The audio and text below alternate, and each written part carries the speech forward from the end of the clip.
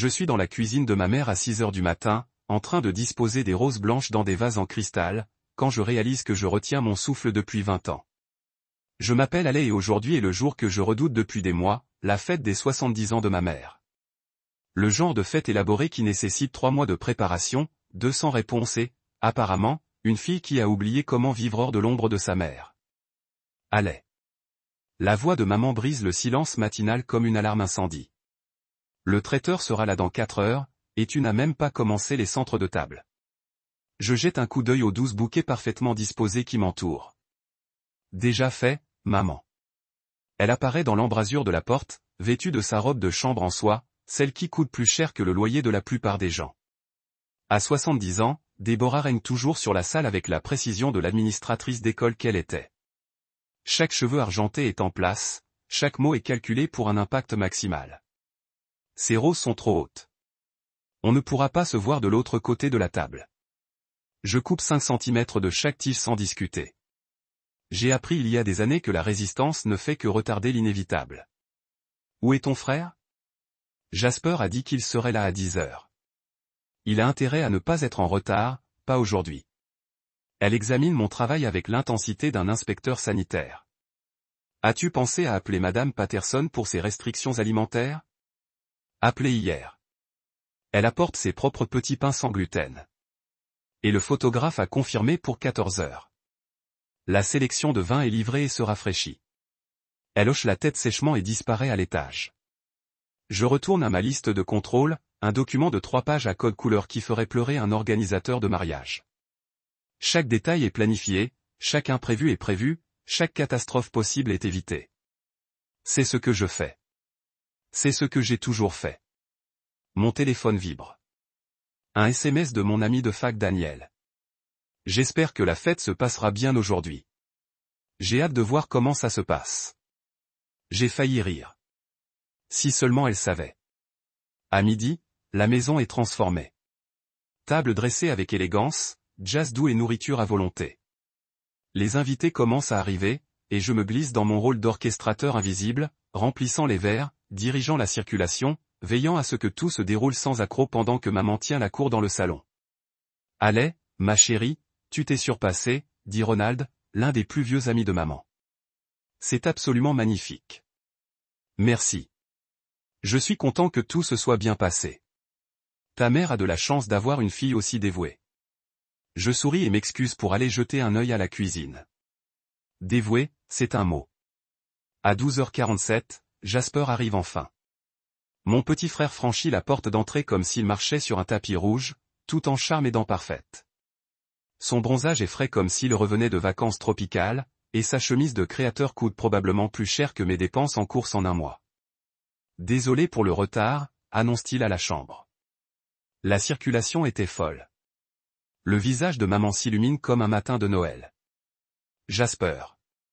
Oh, mon cœur, tu es magnifique. Comment était Carbo? Magnifique. Tu aurais adoré, maman. Les couchers de soleil étaient incroyables. Je la regarde depuis la porte de la cuisine, s'occuper de lui, redressant son col, rayonnante de fierté. Plusieurs invités se rassemblent pour entendre parler de son voyage, de sa nouvelle entreprise, de ses dernières aventures. L'enfant chéri est arrivé, et soudain, je ne suis plus qu'un bruit de fond. Allez, maman m'appelle sans me regarder. Apporte un verre à Jasper. Il adore cette bière importée. Je sors la bière du réfrigérateur et la lui tends. Il la prend sans même la saluer, trop occupé à divertir son public avec des histoires de pêche en haute mer et de restaurants 5 étoiles. L'après-midi se déroule dans un flou de bavardage et de sourires forcés. Je gère la table des cadeaux, coordonne le service des repas et veille à ce que chaque invité se sente accueilli et nourri. Maman rayonne sous la tension, jouant à la perfection le rôle de matriarche adorée. Alors que le soleil commence à se coucher, Ronald se lève et tapote son verre de vin. J'aimerais porter un toast à notre chère Déborah pour cet anniversaire marquant. Le silence retombe dans la salle.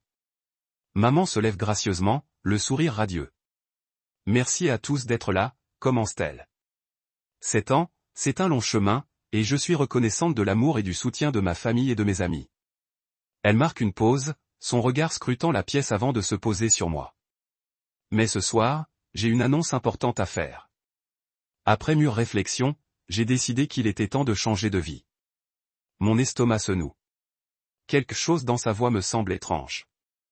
Je libère ma fille Alais de ses responsabilités d'aidantes. Son énergie négative est devenue un fardeau trop lourd, et je pense qu'il est préférable pour tout le monde que Jasper prenne le relais. Un silence de mort s'installe dans la salle. Tous les regards se tournent vers moi et, pour la première fois en 20 ans, je souris. Le silence s'étire comme un élastique sur le point de se rompre.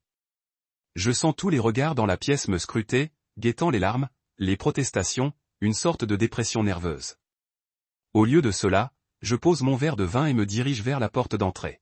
« Alais, où vas-tu » La voix de maman a perdu son assurance. « Prendre quelque chose dans ma voiture.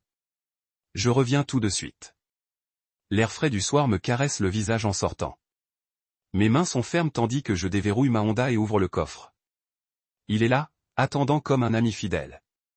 Un classeur noir de 7,6 cm avec le manuel d'entretien de Deborah Holmes imprimé sur la tranche, de ma propre écriture.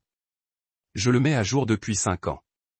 Chaque rendez-vous chez le médecin, chaque changement de médicament, chaque préférence, chaque routine, chaque détail de la vie de plus en plus complexe de ma mère. Tout est documenté avec la précision d'un manuel de médecine. Quand je rentre dans la maison, les invités sont encore figés. Maman est debout près de la cheminée, le visage pâle. Jasper a l'air d'avoir été renversé par un camion. « C'est parti », dis-je joyeusement en lui tendant le classeur. « Jasper, félicitations pour ta promotion. » Je m'approche et le lui remets. Le poids le fait légèrement trébucher. « Qu'est-ce que c'est » demande-t-il. « Tout ce que tu dois savoir pour prendre soin de maman. Ses antécédents médicaux, ses médicaments actuels, les coordonnées de son médecin, les détails de son assurance, ses routines quotidiennes, ses restrictions alimentaires, sa pharmacie préférée, les protocoles d'urgence. Tout y est. » Jasper feuillette quelques pages, les yeux écarquillés. C'est énorme. 347 pages pour être exact. Des onglets de couleur pour une référence facile. Maman s'avance. « Alais, ce n'est pas nécessaire. Jasper n'a pas besoin. » « Oh, mais il en a besoin. » Je l'interromps, ma voix toujours claire et agréable. « Tu viens de le nommer ton soignant principal. Il devra savoir que tu prends tes médicaments pour l'hypertension à 7 heures du matin avec de la nourriture, jamais à jeûne, et que ton insuline doit être alternée entre les sites d'injection pour éviter les lésions tissulaires. » Le visage de Jasper devient blanc. Insuline. Page 43. Il y a un tableau indiquant le calendrier de rotation. Tu trouveras aussi les coordonnées du docteur Martinez, son endocrinologue. Elle a des rendez-vous toutes les 6 semaines. Je ne connais rien à la gestion du diabète. Jasper chuchote. Eh bien, tu apprendras comme moi. Je me tourne pour m'adresser à la salle. Il y a aussi une section sur son emploi du temps de kinésithérapie, les mardis et jeudis à 14 heures. Le service de transport exige un préavis de 48 heures pour toute annulation, sinon des frais sont facturés. Ronald s'éclaircit la gorge. On devrait peut-être en discuter en privé. Pas besoin, dis-je. C'est ce que maman voulait. Jasper est clairement le meilleur choix. Il est tellement responsable et fiable.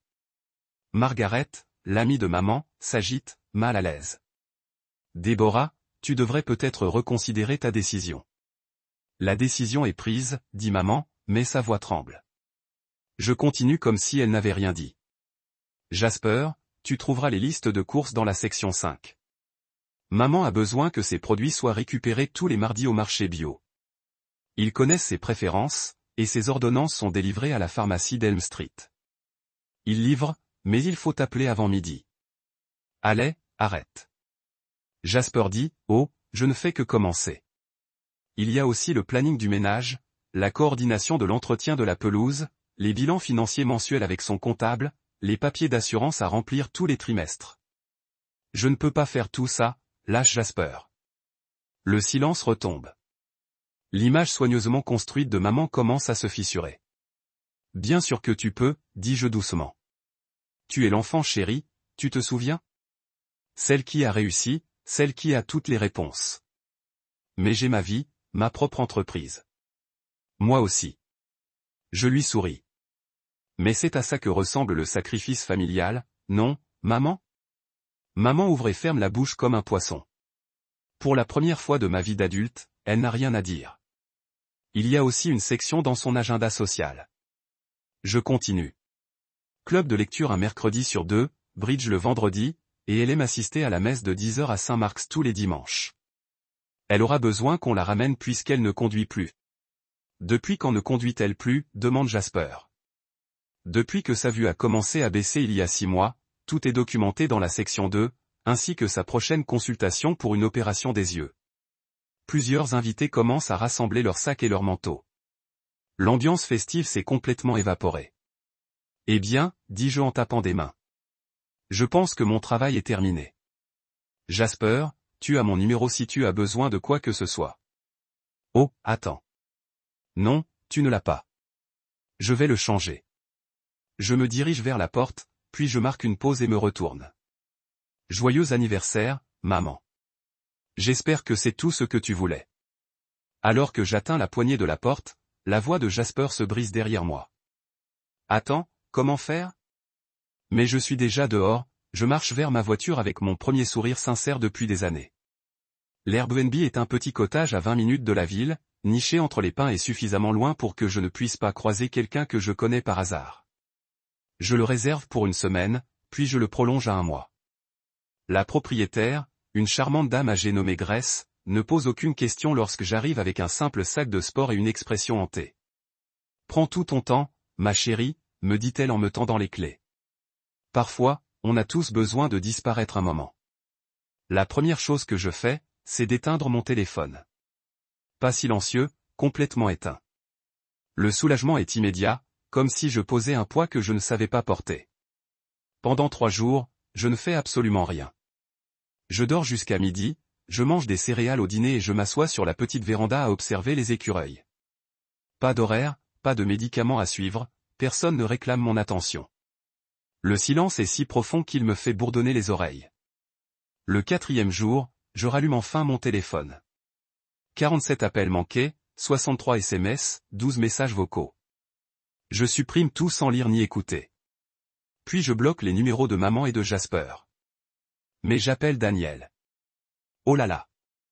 J'étais morte d'inquiétude. Ta mère m'a appelé pour te chercher. Elle a quoi? Hier, elle m'a dit que tu avais fait une sorte de dépression nerveuse et que tu avais disparu. Elle voulait savoir si j'avais eu de tes nouvelles. Je ris et ça a l'air rouillé à force de ne plus l'utiliser. Une dépression nerveuse? C'est incroyable. Que s'est-il vraiment passé? Je dis. Tout pour elle.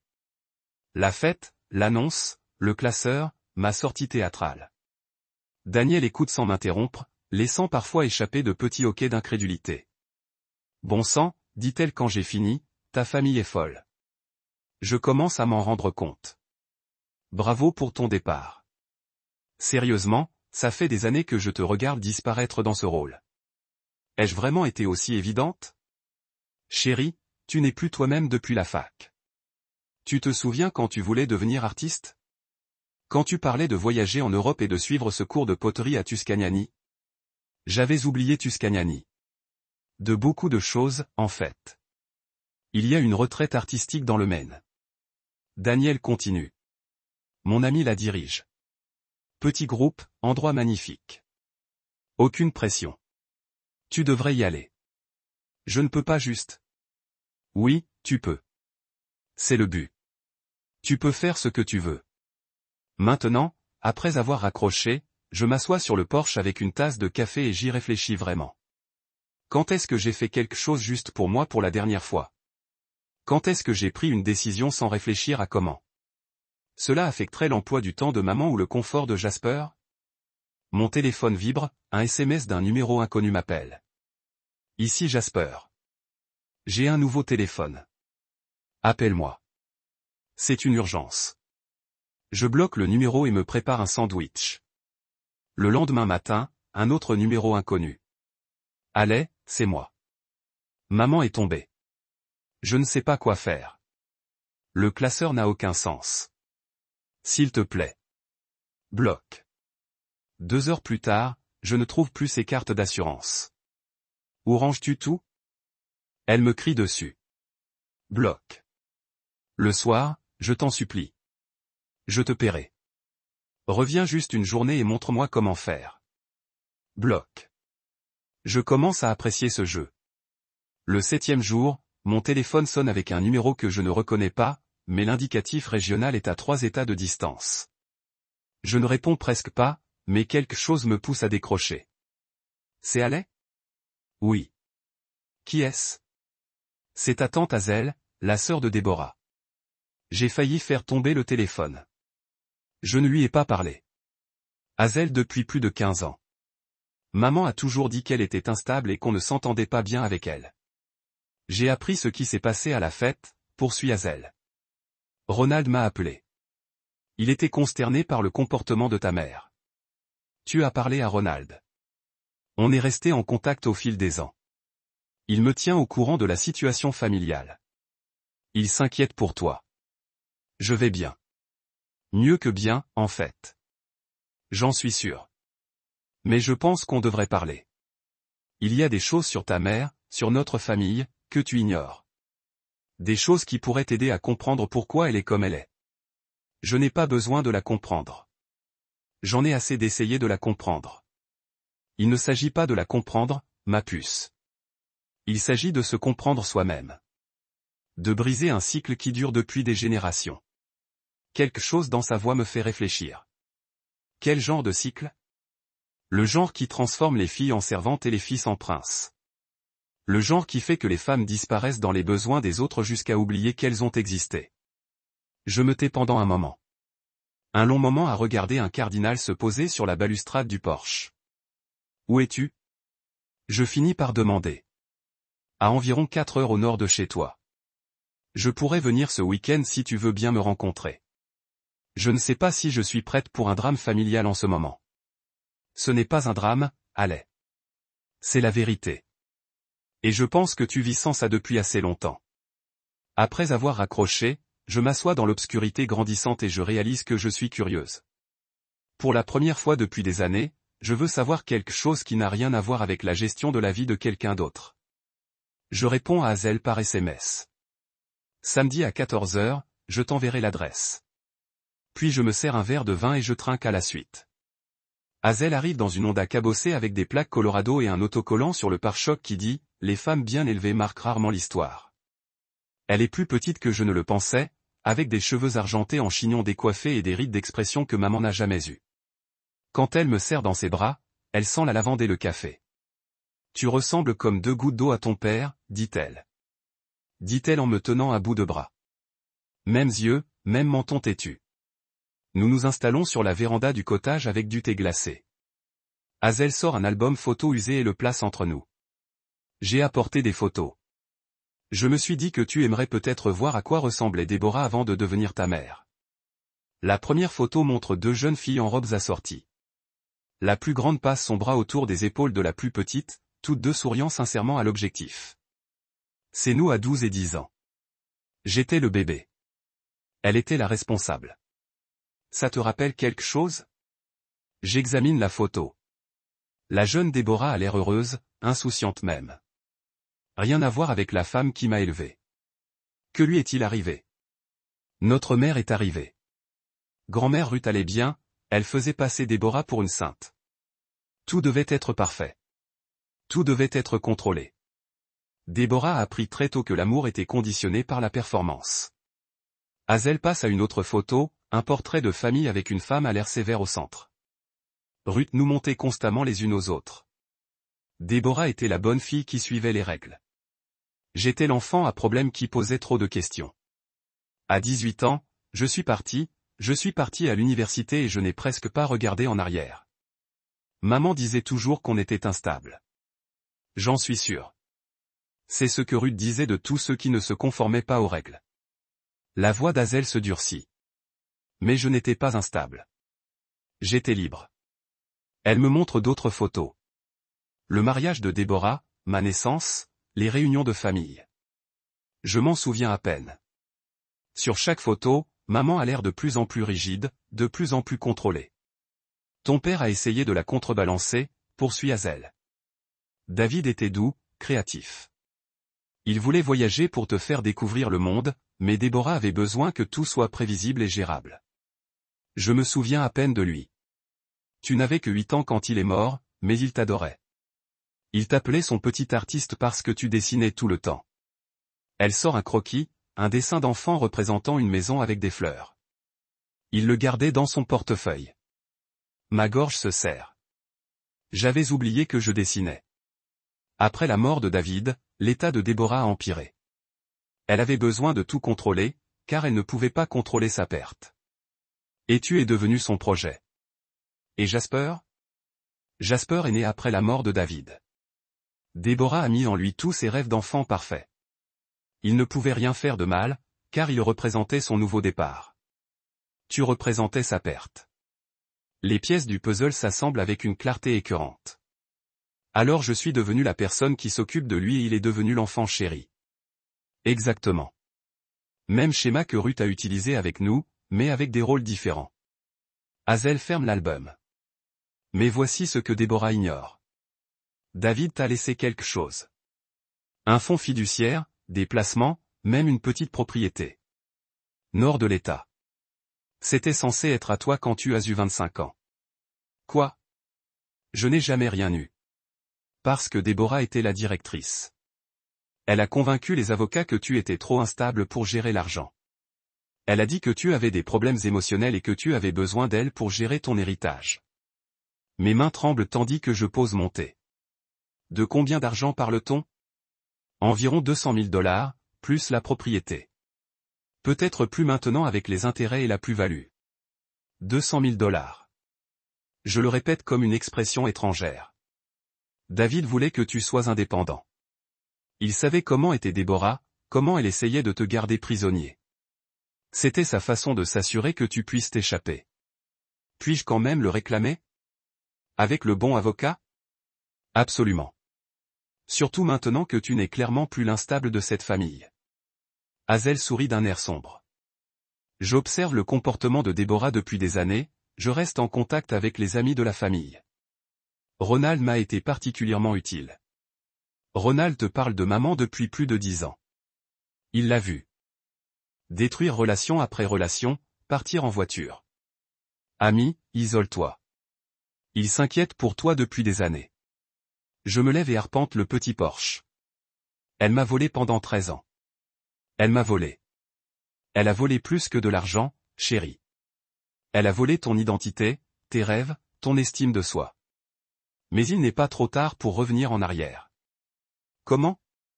Hazel fouille dans son sac à main et en sort une carte de visite. Voici mon avocate à Denver.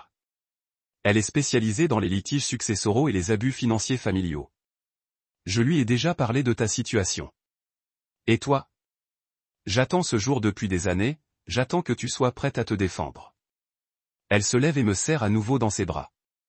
Ton père serait si fier de toi si tu as quitté cette fête, si tu as enfin choisi ta voie. Après le départ d'Hazel, je m'assois seul avec l'album photo et la carte de visite de l'avocate. Le dessin d'enfant de la maison fleurie me fixe, preuve de la personne que j'étais avant d'apprendre que ma valeur se mesurait à la façon dont je servais les autres. Je prends mon téléphone et compose le numéro sur la carte. Ceci est l'avocate Sarah Martinez. Comment puis-je vous aider? Je m'appelle Alay. Je pense que ma mère m'a volé mon héritage et je veux le récupérer. 3 semaines après le début de ma nouvelle vie, mon téléphone sonne, un autre numéro inconnu. J'ai appris à bloquer les tentatives de Jasper pour me joindre. Mais cette fois, je suis assez curieuse pour répondre. Alay. La voix est tendue, désespérée. S'il vous plaît, ne raccrochez pas. Comment avez-vous obtenu ce numéro, Jasper? J'ai emprunté le téléphone de quelqu'un.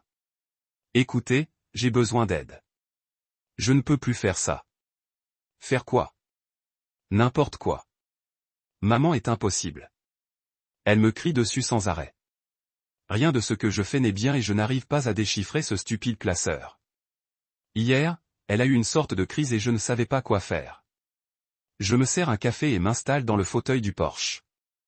Quel genre de crise? Sa glycémie a chuté ou quelque chose comme ça. Elle tremblait et était confuse. J'ai appelé le 911 et elle était furieuse contre moi de l'avoir embarrassée devant les voisins. La page 67 contient le protocole d'urgence pour la glycémie. J'ai regardé. Ça n'a aucun sens. Il y a des graphiques et des chiffres, et je n'y comprends rien. Ce n'est pas sorcier, Jasper. Tu vérifies sa glycémie. Tu lui donnes du jus si elle est basse. Tu appelles le médecin si ça ne s'améliore pas. Mais que se passera-t-il si je m'y prends mal? Et s'il lui arrive quelque chose? La panique dans sa voix est presque satisfaisante. Presque. Bienvenue dans les 20 dernières années de ma vie, dis-je calmement.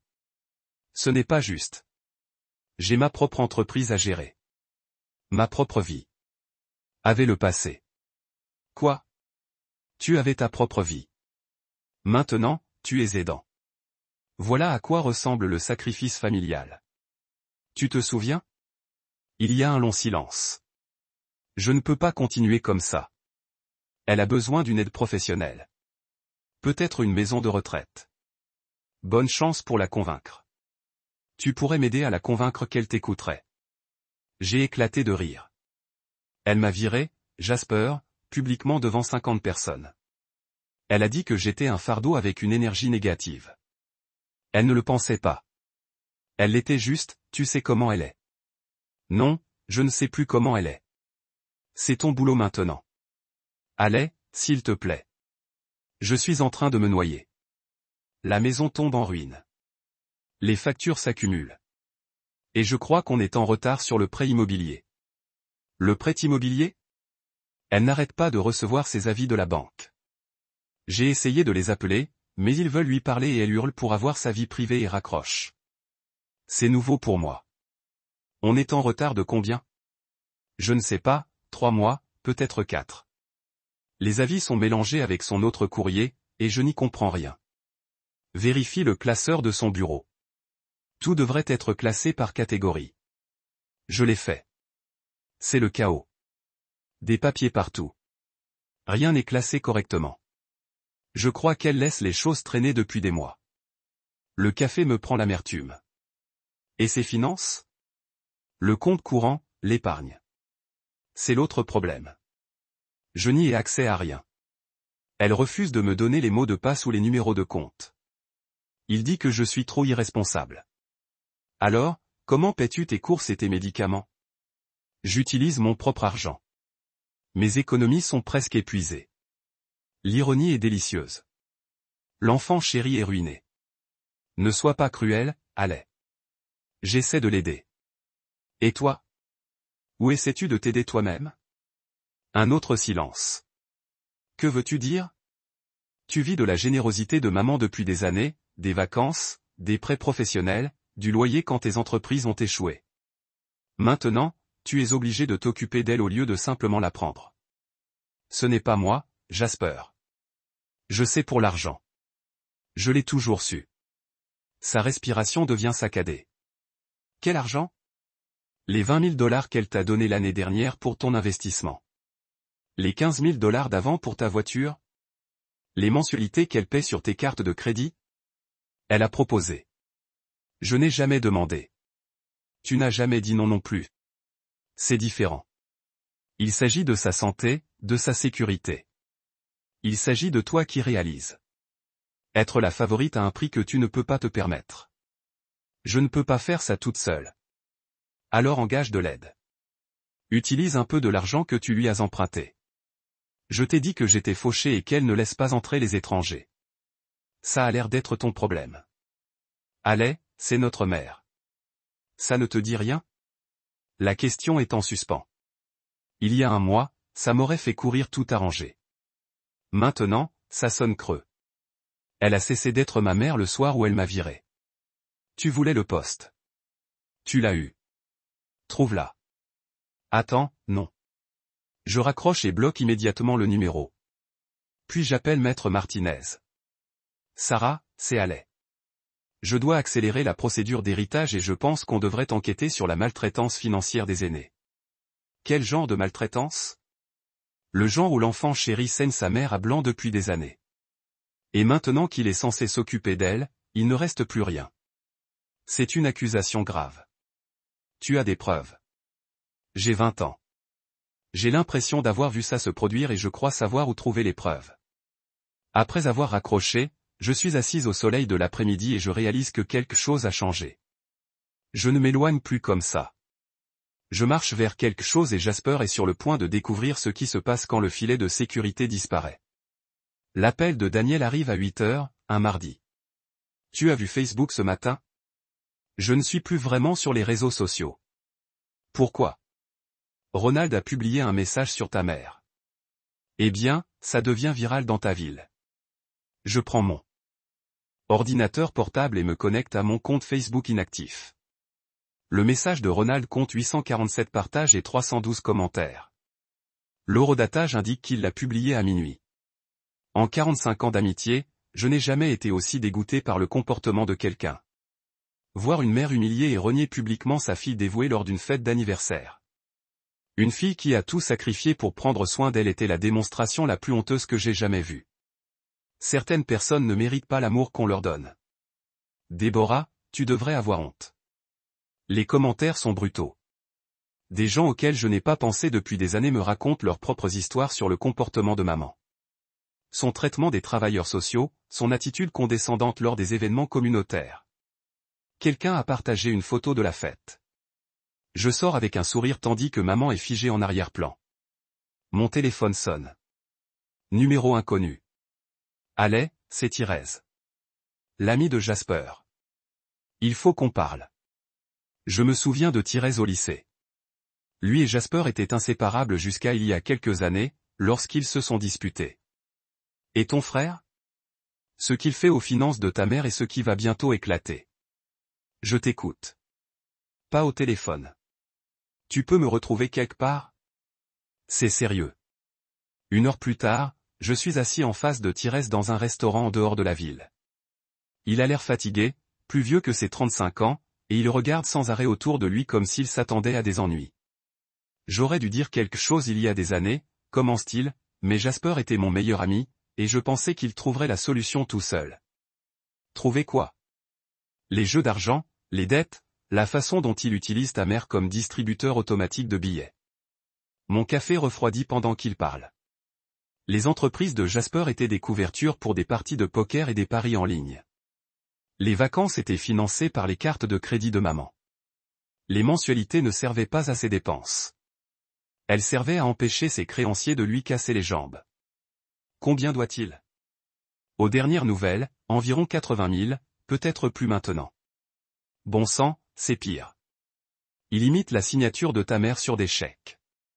De petites sommes au début, mais ça a dégénéré. Je crois qu'il fait ça depuis plus d'1 an. C'est de la fraude. Oui, c'est ça. Et les gens à qui il doit de l'argent s'impatientent. Ils ont appelé ses amis, ses ex-petites amies, tous ceux qui pourraient savoir où le trouver.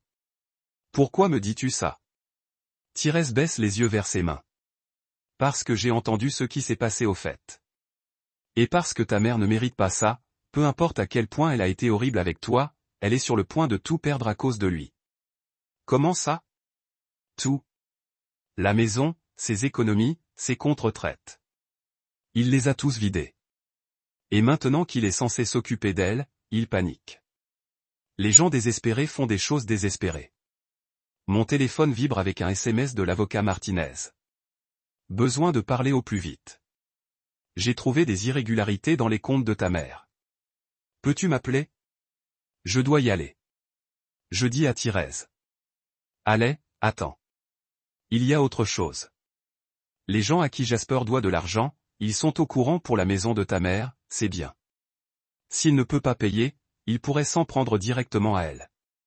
Que dis-tu? Je dis que ta mère pourrait être en danger réel et que Jasper est trop lâche pour la protéger. Je retourne au chalet dans quelques jours et j'appelle immédiatement Sarah Martinez. J'ai examiné les documents financiers fournis par Hazel, dit-elle sans préambule. Les comptes de ma mère montrent des retraits systématiques au cours des 3 dernières années. Des montants importants, toujours juste en dessous du seuil de déclaration. À combien? On parle d'un minimum de 200 000 $. Tous retirés par une personne ayant accès à ces comptes et ayant l'autorisation de signer. Jasper, c'est mon avis. Mais voilà le problème, certains de ces retraits ont eu lieu alors que tu gérais encore ses affaires. As-tu déjà signé un document lui donnant accès à ses finances? Jamais. J'ai tout géré moi-même. Ensuite, on parle de falsification, possiblement de maltraitance financière envers une personne âgée, et certainement de vol. Je porte plainte aujourd'hui. Après avoir raccroché, je suis assis dans la minuscule cuisine du chalet et je fixe le mur. Pendant 20 ans, j'ai protégé ma mère de tout. Des agents de recouvrement, des arnaqueurs, de ses propres mauvaises décisions. J'ai organisé sa vie, géré sa santé, les protéger des conséquences. Et pendant ce temps, Jasper cambriolait son store. Mon téléphone sonne à nouveau. Cette fois, c'est un numéro que je reconnais. Le numéro fixe de la maison de ma mère. Allez. La voix de ma mère est faible. J'ai peur. J'ai besoin d'aide. Où est Jasper? Parti. Il est parti ce matin avec des valises. Il a dit qu'il devait quitter la ville pour affaires. Mais sa voix se brise. Des hommes sont venus à la maison. Des hommes effrayants. Ils le cherchaient. Que voulaient-ils? De l'argent. Ils ont dit qu'il leur devait de l'argent. Et s'ils ne payaient pas, ils me le prendraient. Ils étaient au courant pour la maison, pour mes comptes. Comment le savaient-ils?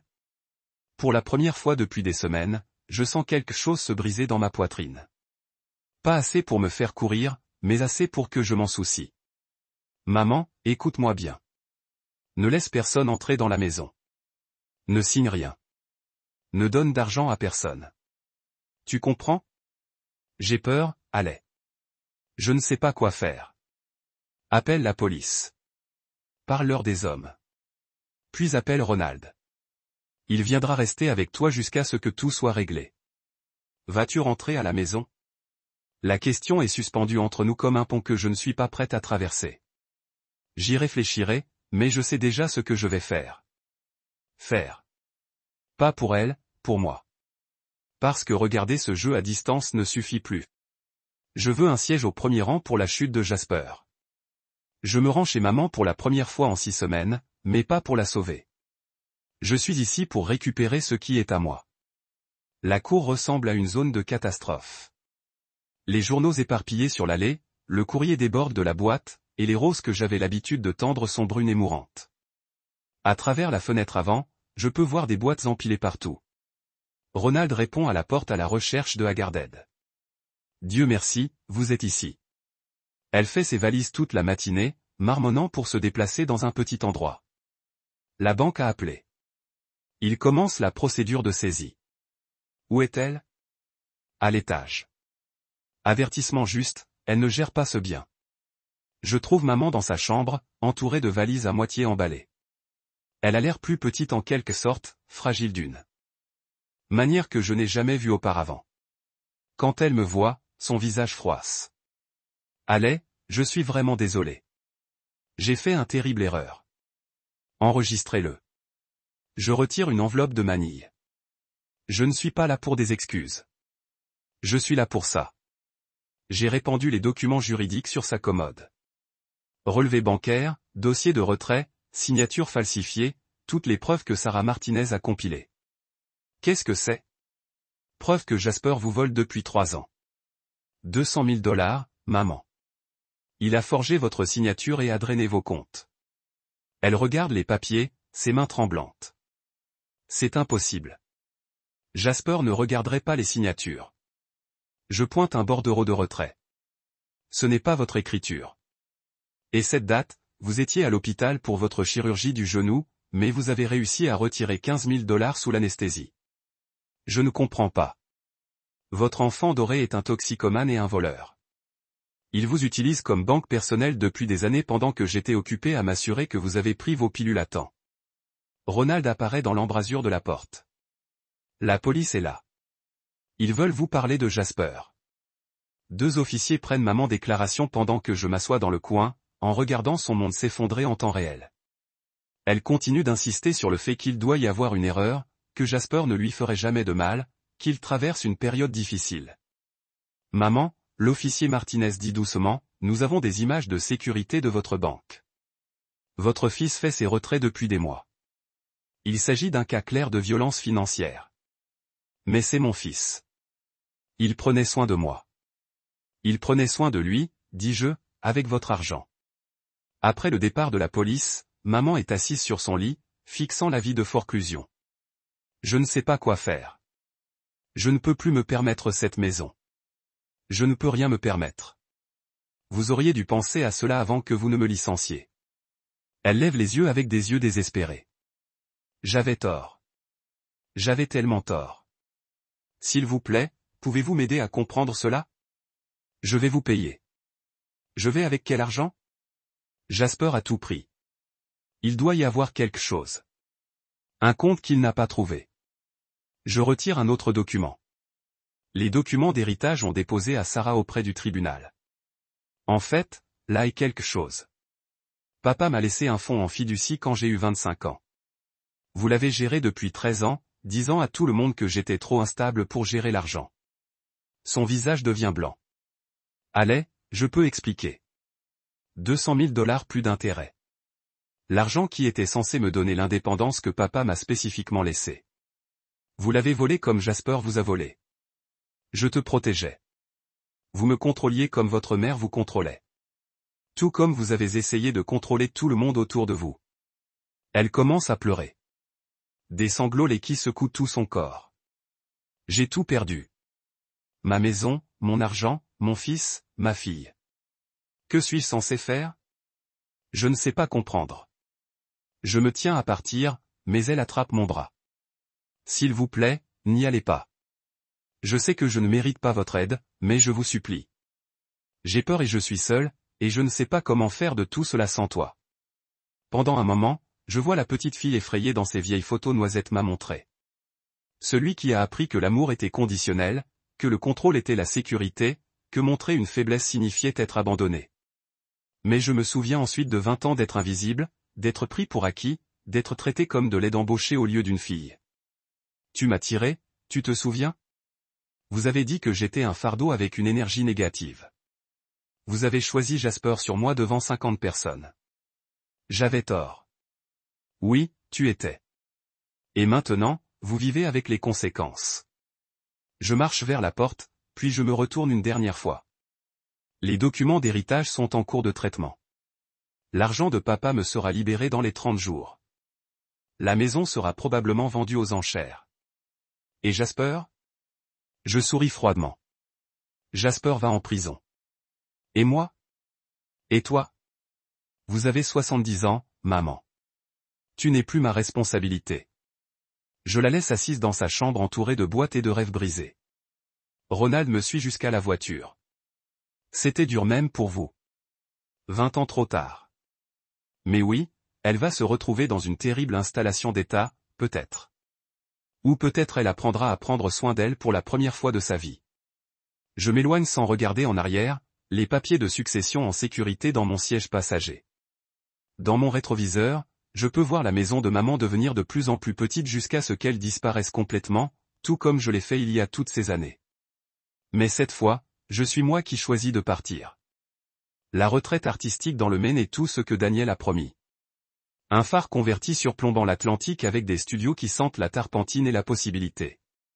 Je suis ici pendant 2 semaines à apprendre à peindre à nouveau, en me rappelant ce que c'est que de créer quelque chose de beau au lieu de simplement gérer le chaos de quelqu'un d'autre. Mon téléphone bourdonne pendant le café du matin. Un texte de Hazel. Je pensais que vous voudriez savoir. Jasper a été arrêté hier. Frais de fraude. C'est partout dans les nouvelles locales. J'ai capturé l'article de presse qu'elle envoie. Il y a des menottes Jasper conduites à partir d'un motel de semences à 3 états. Le titre se lit comme suit, Local man chargé de contrefaçon de violence financière. Son plan de mugsh montre un homme brisé, des yeux creux, un chaume. Le Golden Boy Shine a complètement disparu. Bon, dis-je à haute voix et je le pense. Mon partenaire de studio, un professeur à la retraite nommé Beth, lève les yeux de sa toile. Bonne nouvelle, justice. Enfin, un autre texte de Hazel. Votre héritage est dégagé. Money est dans votre compte. De plus, votre mère a été placée dans la vie assistée, l'état de la Street Maple Street. Les vagues s'écartent des rochers, sauvages et centopables. Crimson. Quand mon téléphone sonne. Numéro inconnu, mais je reconnais le code régional. Allez, voici Margaret du club de lecture de votre mère. J'espère que cela ne vous dérange pas d'appeler. Comment avez-vous obtenu ce numéro? Ronald me l'a donné. Je voulais que vous sachiez que j'ai visité votre mère hier dans l'établissement. D'accord. Elle est différente, plus calme. Elle m'a demandé de vous dire quelque chose si je vous ai parlé. J'ai posé ma brosse. Quoi? Elle a dit qu'elle était désolée. Pas le genre performatif de désolé qu'elle faisait, mais vraiment désolée. Elle a dit qu'elle comprenait maintenant ce qu'elle vous a mis, ce qu'elle vous a pris. Un peu tard pour ça. Elle a également dit qu'elle était fière de vous pour s'être éloignée, pour vous avoir choisi. Elle a dit que cela avait fallu plus de courage que jamais. Les mots ont frappé plus fort que ce à quoi je m'attendais. Je saisis le téléphone plus serré. Elle écrit des lettres, continue Margaret. À vous, aux gens qu'elle blesse au fil des ans. Le personnel dit qu'elle travaille sur eux depuis des semaines. Elle ne s'attend pas à des réponses. Elle avait juste besoin de dire les mots. Pourquoi tu me dis ça? Parce que je pense qu'elle devient enfin la personne qu'elle aurait pu être tout au long. Et je pensais que tu devrais savoir. Après que Margaret ait raccroché, je m'assois sur le pont pendant longtemps en regardant les mouettes plonger pour le poisson. Le vieux moi se serait senti coupable, se serait précipité pour vérifier maman, je me serais convaincu que son changement de cœur signifiait que je devrais pardonner et oublier. Mais je ne suis plus le vieux moi. Je retire mon ordinateur portable et ouvre un nouveau document. La page de titre se lit comme suit, The Mother Manual, à mémoire. Je commence à taper. Je me tiens dans la cuisine de ma mère à 6 heures. Arrangeant les roses blanches dans des vases en cristal quand je me rends compte que je retiens mon souffle depuis 20 ans. Les mots coulent comme de l'eau, comme la peinture, comme tout ce que je retiens depuis des décennies. J'écris sur le classeur, la fête, l'héritage, le moment où je me suis choisi plutôt que sur la servitude. J'écris sur le traumatisme générationnel et les enfants dorés et le prix de l'amour inconditionnel, mais surtout j'écris sur la liberté. 3 jours avant la retraite se termine, je reçois un texte final de Hazel. L'installation de votre mère a appelé. Elle est décédée paisiblement dans son sommeil la nuit dernière. Aucune douleur. Les funérailles sont jeudi si vous voulez venir. Je regarde le message pendant longtemps. Ensuite, je tape, j'enverrai des fleurs. Cet après-midi, je termine mes mémoires. La dernière ligne se lit comme suit, parfois, la meilleure vengeance ne les regarde pas souffrir. C'est devenant quelqu'un qu'ils ne peuvent plus jamais toucher. Je sauve le document et je ferme l'ordinateur portable. À travers la fenêtre du studio, je peux voir l'océan s'étendre sans cesse vers l'horizon. Demain, je vais chez moi, pas chez Mom's House, mais à mon propre appartement, payé avec des classes de papa. J'ai servi d'autres.